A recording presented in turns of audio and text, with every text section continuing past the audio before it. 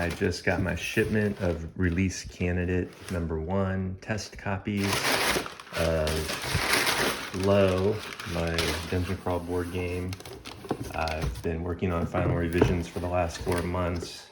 So I thought I would open this up, take a look at the components, and see how release candidate 1 stacks up. We've got our counter punch boards. And once again, we have the little notice about how you need to clean off the soot from the laser cutting. GameCrafter laser cuts all of their punch board components, so there's kind of a dark soot that you have to wipe off. But yeah, once again, this stuff looks good. The colors are correct. Everything's crisp and clean. They're a little dirty right now, but like I said, I will clean them.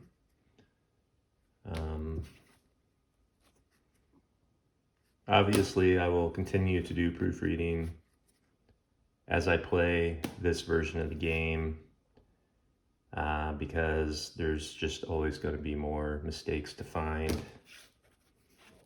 But so far, so good. I think these counters look great.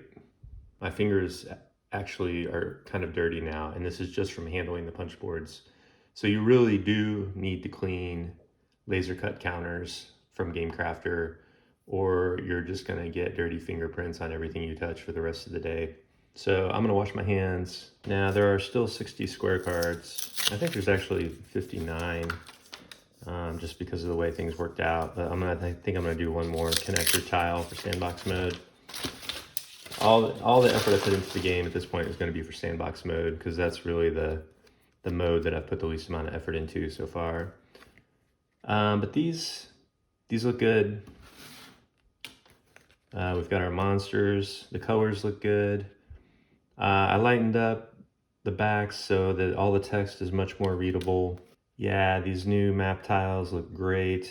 I spent a lot of time iterating on the map tile designs, just adding more detail, adding more decals, adding some more color and some more shadows. And I think it paid off. I think some of the monster card art could be lightened up a little bit. I mean, it's not bad, and these are dark places, but I could make it a little more punchy.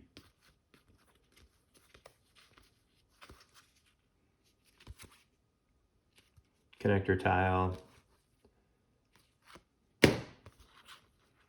monsters, more tiles, connector tile, backside of monster cards. This contains all the AI for each monster. This all looks pretty good. Once again, I'm gonna have to go through and I've proofread this stuff like half a dozen times, but I'm gonna have to continue to, and I'm sure the playtesters will as well. Let's look at the back of the map tiles. These are the card backs, new card backs. So now it's gonna be way easier to build map decks and draw from map decks during play. That was something that was kind of tedious to do, and I wasn't really crazy about how that was working before with double-sided tiles. So yeah, you lose some map tiles, but you gain convenience and just kind of a smoother gameplay experience. So these are things that I've been learning as I go. I've sort of traded some of the, maximize the real estate of every single card. I've traded some of that for just a better, smoother, more feel-good gameplay experience. So I went with single-sided map tiles, and I don't regret it. I think it's kind of cool that now it's like really easy to sort decks and draw from decks, and you won't memorize which map tile's on the back of another map tile anymore. So it just solves a lot of problems and adds a little bit to the cost. But I reduced the number of map tiles because some of the levels just didn't need 16 map tiles. So the maps are a little more efficient and a little less sprawly and grindy just for the sake of sprawl and grind. Although if you want sprawl and grind, just play sandbox mode. You can get some pretty huge maps out of that. Jumbo cards are brand new to release candidate version 1. Jumbo cards did not used to exist. All the hero cards used to be square, just like the rest of the cards. I liked the consistency of square cards for everything. It was very simple, very straightforward. But frankly, the user experience was rough and cramped and a little fiddly and a little tedious. Instead of a global threat level and unmanageable monster stacks, now you stock each quest with monsters based on this little program board, and each quest has a quest card and it sort of guides you through the quest. Now, right now, hero cards and quest cards are just identical on both sides, which is kind of a waste of space. So I'm still considering what I want to do. You know, I could have a male and a female version of each hero card, but I don't have enough counters to do male and female versions of the counters, and the hero counter's already double-sided. So there's little things like that that I still need to figure out, or I can just leave these double-sided, identical double-sided, I don't care. Or I can have art on the back of the hero card, like just kind of a big splash image of the rogue doing something cool.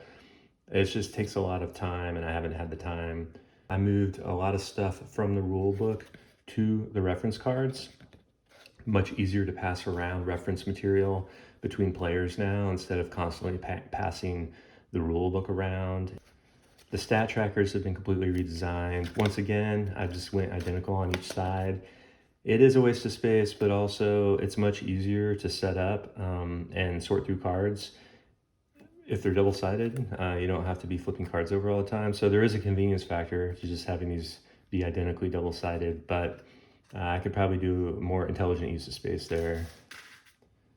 But it could ship as is, and I would be perfectly fine with it. So any improvements I make to card backs at this point is just going to be icing on the cake, and I'm not really worrying too much about it at all.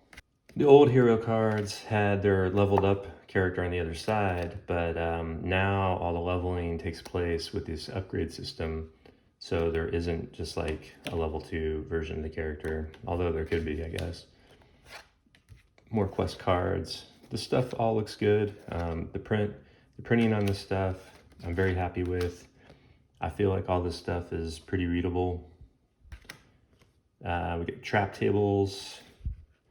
This is the one reference card, sandbox mode, the objectives table that I haven't finished yet. So this is literally the only asset in the game that has to be finished before I ship. All the other revisions I'm talking about are optional.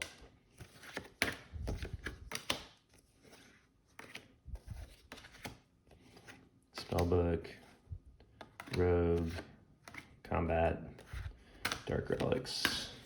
The game still ships with 4 dice. I decided to throw a pencil in, at least with this test version, just to see what kind of pencils they offer. I do like the idea of, I mean, it just seems kind of classy to include a pencil, because I've also decided to experiment with an actual record sheet, an adventure record sheet. I just wanted to include an adventure record pad in this release candidate version just to see if it's something I want to include in the final game or not. I will say that the drift on this looks pretty bad. So I might tighten this up a little bit, and I might include a little more margin. I did stay within the safe space, but this looks pretty bad. Originally, I was going to make the players print out their own adventure records, but I think it's kind of cool to just offer a pad. Why not? And these pads are the same size as the jumbo cards, 3.5 by 5.5 inches. So people that want to design and build their own storage solutions, this will make storage solutions easier. And also, these jumbo cards fit in the box like this. So there's going to be plenty of room in this box, I think. The punch boards, coincidentally, are also 3.5 by 5 inches. So this stuff like packs down pretty good. And that's intentional. I was thinking about all that when I made the game. And then obviously the square cards here. But you can see that this game is going to end up taking up about half of this box, especially after I punch the counters. Now, the rule book went from 40 pages down to 32 pages, which is kind of cool. a lot of the reference material got moved to the jumbo cards, so the rule book is more concise now, a little easier to get through, a little less overwhelming. And also, if I ever need to hot patch this game or update specific items, I can just release card updates. I don't have to reprint the rule books.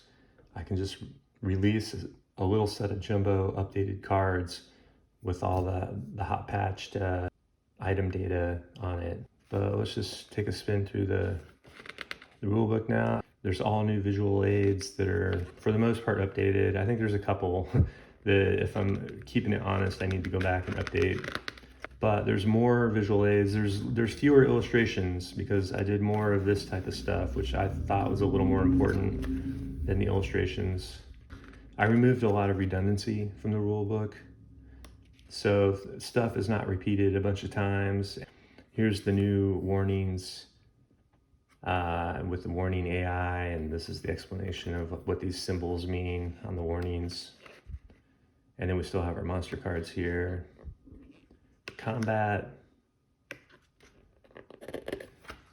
And then here on the back, we have a really nice, concise icon reference. It looks like a lot, but most of these are kind of redundant because it's like, oh, light items, medium items, heavy items, blunt, sharp. But I just decided to put all the variants in here, so there's absolutely no question. This looks like a huge list of icons, but once you break it down, it's not that many, and I think it's pretty intuitive after you've played a game or two. And then this is just a list of all the reference cards. The quest book has gone from, I think, 36 pages maybe, down to 28. I went with grayscale images for each quest. I think it just looks a little better than the pretty sloppy line drawings that I had before.